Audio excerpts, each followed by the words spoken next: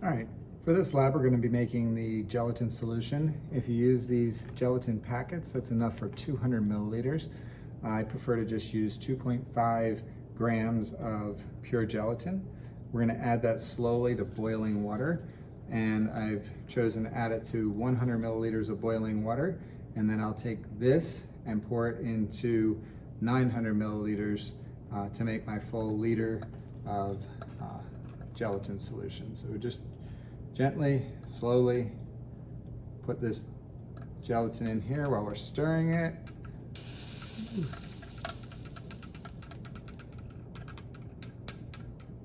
And make sure all clumps are gone before I add any more.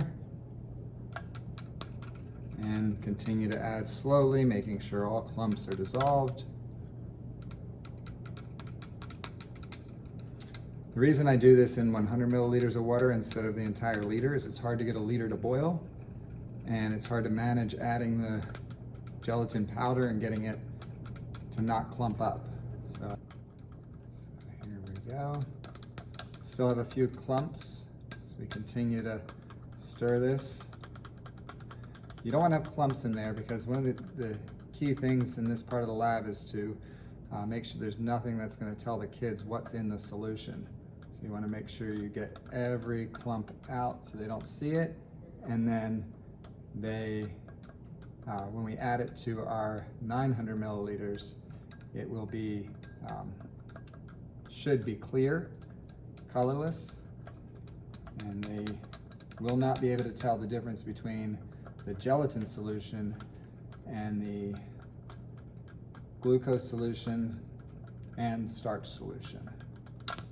So that's the idea, is that the visual is not given away. All right, so we've got our clumps gone. I'm going to go ahead and start stirring here and slowly add the gelatin solution, making us a full liter. As you can see, it looks like there's nothing in there.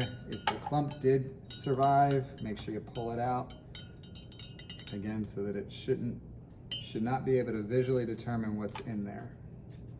Okay, at this time you just want to double check and make sure that your solution turned out the way you want. And so I'm just going to take out about 5 drops. And then I'm going to add my burette solution to that, and I only need 1 drop. And purple for positive, so our solution is good. And I'm gonna go ahead and add that to labeled culture jars so that the students can then access this during the lab. So there's your setup for making gelatin.